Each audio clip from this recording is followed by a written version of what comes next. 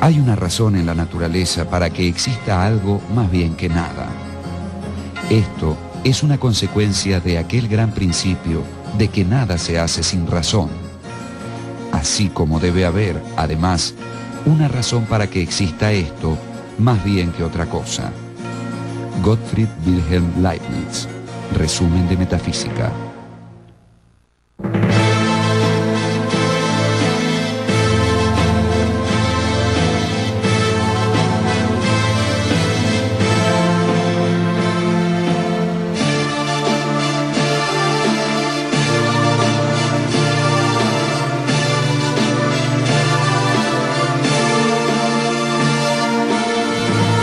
Gottfried Wilhelm Leibniz.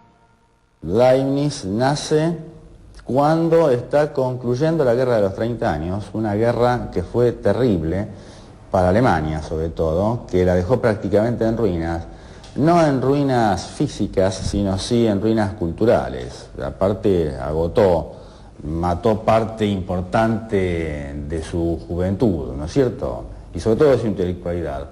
Esto hace que Leibniz se encuentre con un país prácticamente devastado y a partir de esta devastación él comienza a generar sus ideas. La vida de Leibniz se ubica entre 1646 y 1716, o sea que cubre un arco de 70 años y estuvo en un periodo particularmente importante para la sedimentación de las ideas filosóficas modernas. Él está ahí como un gozne entre la metafísica del siglo XVII, la gran y heroica metafísica del siglo XVII y el mundo del iluminismo. Prácticamente el iniciador de la filosofía alemana, aunque curiosamente no escribió en alemán, él se expresó en latín y en francés, porque pensaba que el idioma alemán todavía no estaba suficientemente liberado de una serie de barbarismos como para permitirle a él expresar su pensamiento filosófico y matemático.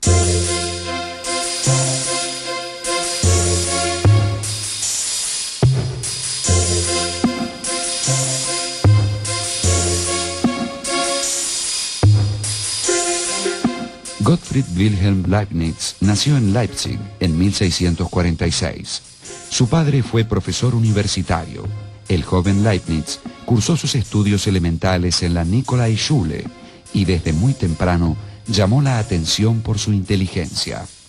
En 1661 ingresó en la Universidad de Leipzig, donde estudió filosofía, matemáticas y jurisprudencia. En 1667 entró al servicio del barón von Boineburg, quien lo introdujo en la corte. Después entró al servicio de distintos tipos de personajes de la nobleza, gracias a los cuales pudo viajar por Europa. Sobre todo fue a París y Londres. Tenemos entre 1671 y 1676 un periodo en el cual él va a Francia, Holanda, Inglaterra, y luego retorna a Francia, y en ese lapso él se interioriza, entrevista a muchos de los filósofos franceses que solamente conocía por lecturas, y no todas ellas muy profundas, según él mismo confiesa al principio. Al concluir ese periodo, en 1676, él recibe un puesto muy importante que lo va a marcar para toda su vida. Va a ser el bibliotecario de la casa de Hannover, la familia Brunswick, que lo contrata como bibliotecario y consejero de corte. Eso le permite un desahogo de tipo económico, una gran proyección de tipo social y la posibilidad de moverse con cuántos libros y bibliotecas había en la zona. A los 30 años, Leibniz tenía ya un fuerte prestigio en el mundo intelectual europeo. Había escrito varios textos sobre derecho, pedagogía, teología, física, aritmética, filosofía y política. En esta época escribió una detallada historia de la ciudad de Hannover.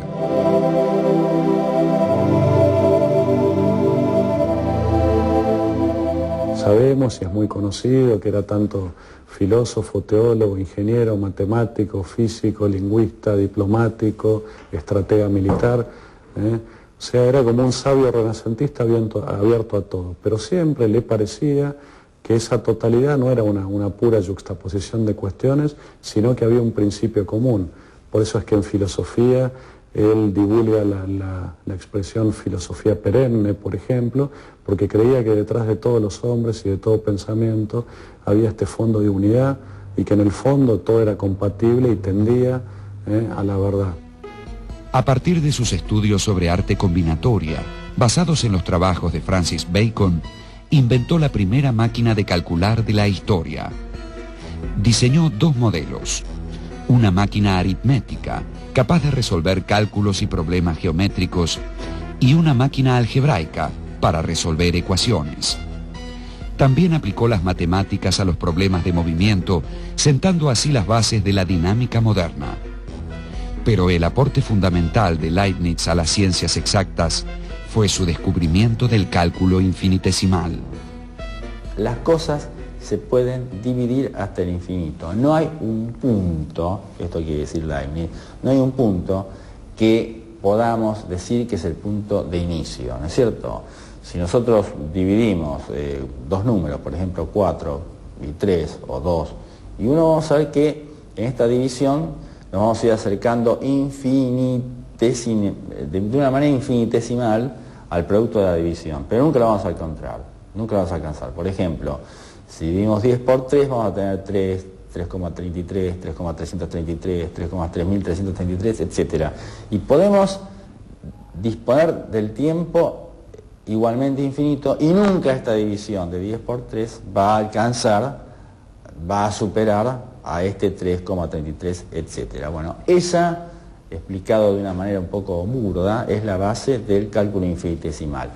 Cálculo infinitesimal que debe ser entendido no meramente desde una perspectiva matemática, sino que tiene que ser entendido desde la perspectiva desde la cual él la hace arrancar, que es una perspectiva metafísica, que es la idea de la continuidad de todo el elenco que hay en la naturaleza.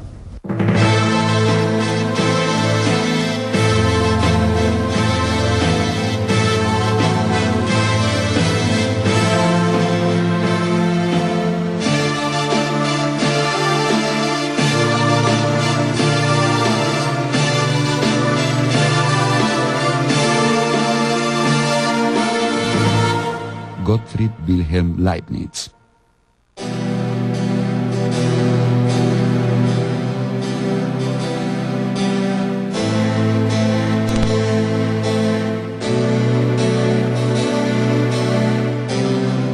De 1676 en adelante, la actividad de Leibniz fue asombrosa.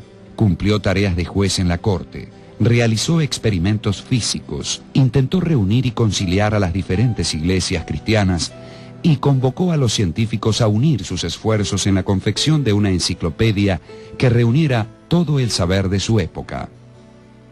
Uno de los intereses de Leibniz a lo largo de toda su vida fue el tema de lograr reunir a las iglesias católica y protestante divididas desde la Reforma protestante.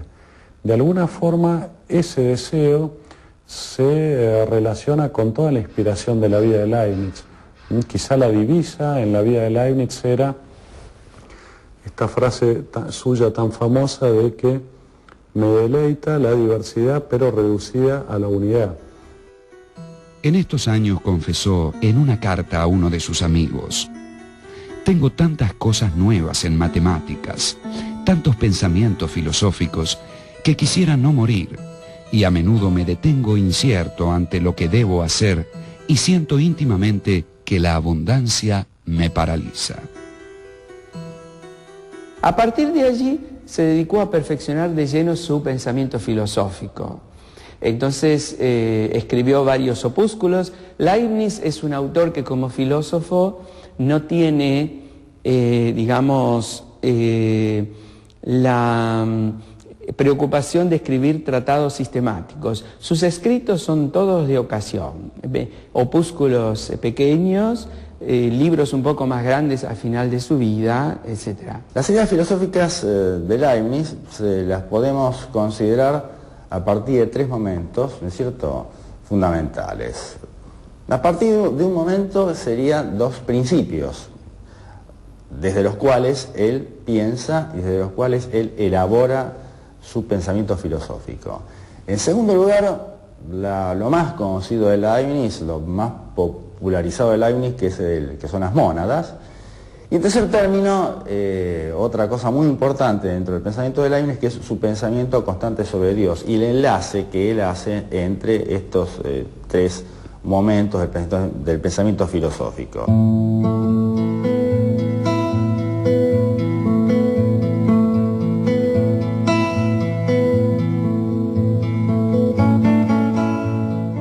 Al hablar de los principios del pensamiento filosófico de Leibniz, nos referimos básicamente a dos, el de la continuidad de la naturaleza y el de razón suficiente.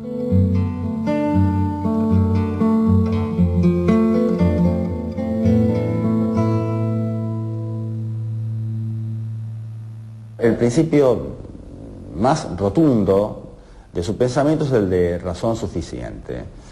¿Qué quiere decir razón suficiente? Quiere decir que todo cuanto existe, todo cuanto se manifiesta en su existencia, tiene una razón suficiente para ser. Si careciera de esta razón suficiente, directamente no podría existir. Pero este principio de razón suficiente está vinculado con otros principios que también tienen la misma importancia que el que ya mencioné. Fundamentalmente hay que tener en cuenta el principio de continuidad. El principio de continuidad nos dice que todo en la naturaleza está unido por una suerte de hilo.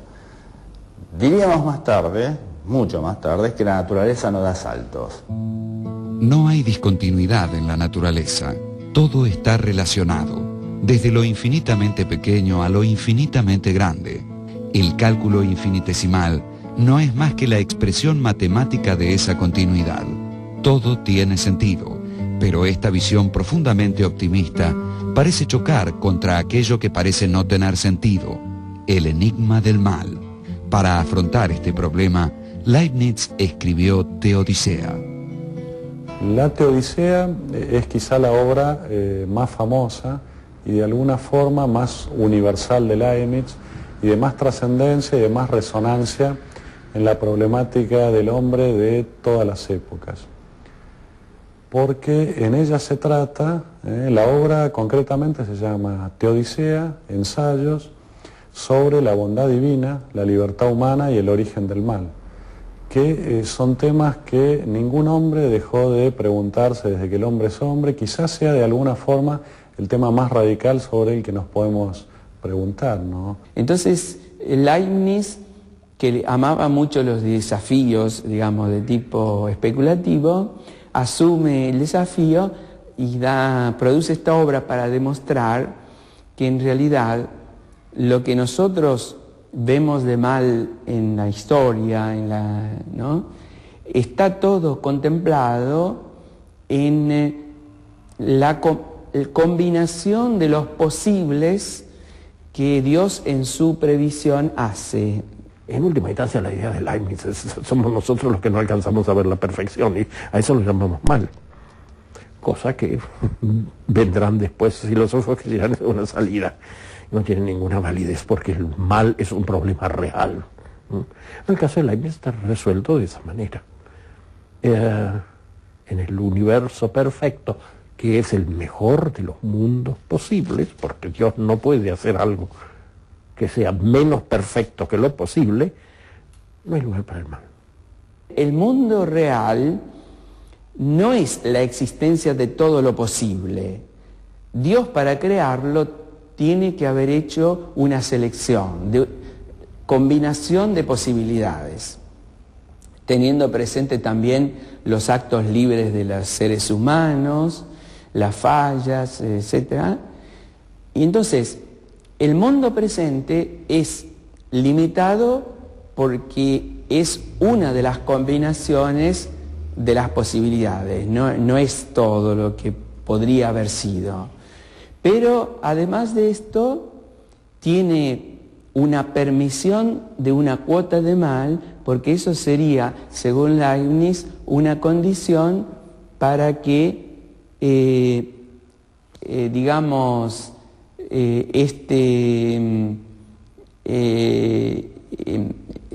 en la elección de los posibles resulte la mejor combinación posible. Esto es lo que llamaríamos el optimismo metafísico de Leibniz, ¿no es cierto?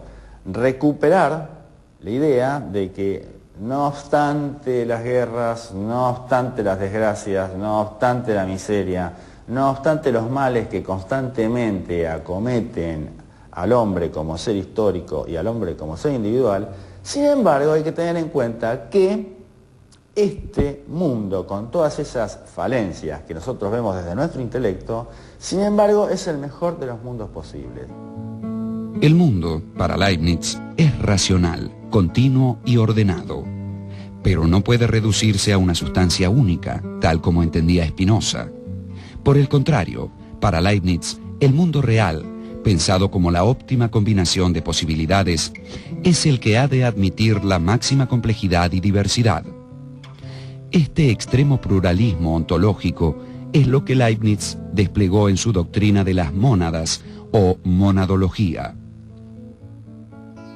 Es una filosofía pluralista en cuanto que defiende no solamente la existencia de una única sustancia, sino de infinitas sustancias que forman la armonía de la creación, ¿no? Emanando de la mónada suprema que sería Dios creador.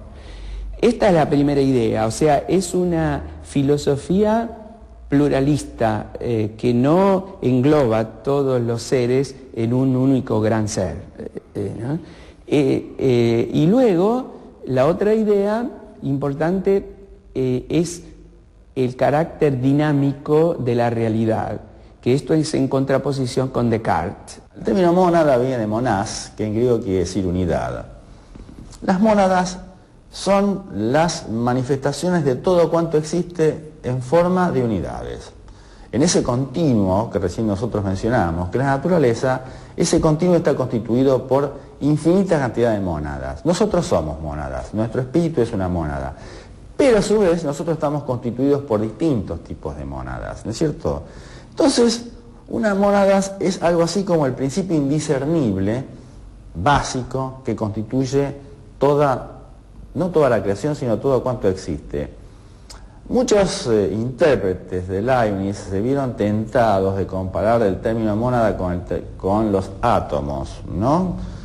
Pero yo diría que es una aventura que no hay que correr, o es un albur que no hay que correr, porque el átomo tiene una explicación, ya inclusive durante la época de Leibniz, ¿no es cierto?, a partir de Avogadro, de Dalton, de Ampère y de otros físicos, sobre todo de Avogadro, tiene una explicación estrictamente física. La mónada no es una entidad física, es una entidad espiritual. Tanto es así que la mónada por excelencia es Dios. La mónada suprema, la divinidad, es algo así como el centro del ser, que contiene en sí las leyes totales, la primera de las cuales es la ley de la armonía preestablecida. En primer lugar, la ley de la armonía entre la percepción de la mónada y las otras mónadas. Porque, como es característico de la metafísica racionalista, el problema de la espontaneidad de las conciencias todavía no se alcanza a concebir en su totalidad, de modo que se remite siempre a Dios, las características finales de este fenómeno, de esta reciprocidad de las conciencias.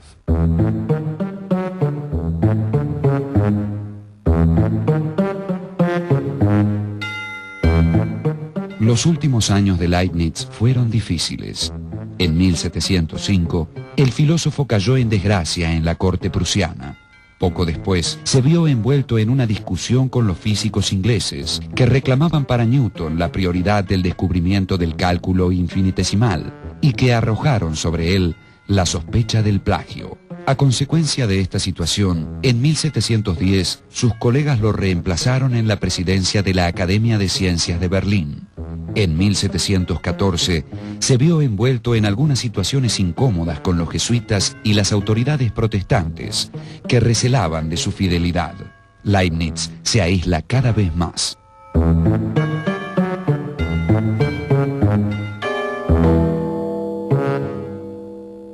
Lo que perturba demasiado el pensamiento de Leibniz es la polémica que tiene sobre todo con Newton, que no es una polémica, sino que es toda una suerte de, ¿cómo les podría decir?, de nacionalismo ultranza, de ver quién es el que primero descubrió el cálculo diferencial, si fue Newton o fue Leibniz. La crítica histórica actual ha establecido con toda certeza que no se trata de ningún plagio, sino que es un trabajo paralelo y con metodología también no perfectamente igual de ambas partes, pero eso le causó un gran disgusto porque después la Academia de Inglaterra, Royal Society of Science, prácticamente dictaminó acusándolo de plagio. Entonces eso le quitó mucha autoridad en el mundo científico y cultural de la época, y para colmo se le fueron muriendo o separando sus protectores. Leibniz llega a los primeros años del siglo XVIII. Esto quiere decir que ya no estamos ante la época clásica del racionalismo, que uno puede centrar en filosofía, en Spinoza, por ejemplo, sino en alguien que ya entra en lo que se llama el siglo de las luces, es decir, es un preiluminista de alguna manera. En ese sentido es que lleva la idea moderna de razón hasta su cumbre, y con él empieza a dar un giro que no se podrá ver en toda su plenitud hasta que se alcance a Kant y hasta que se alcance lo que se llama el idealismo alemán.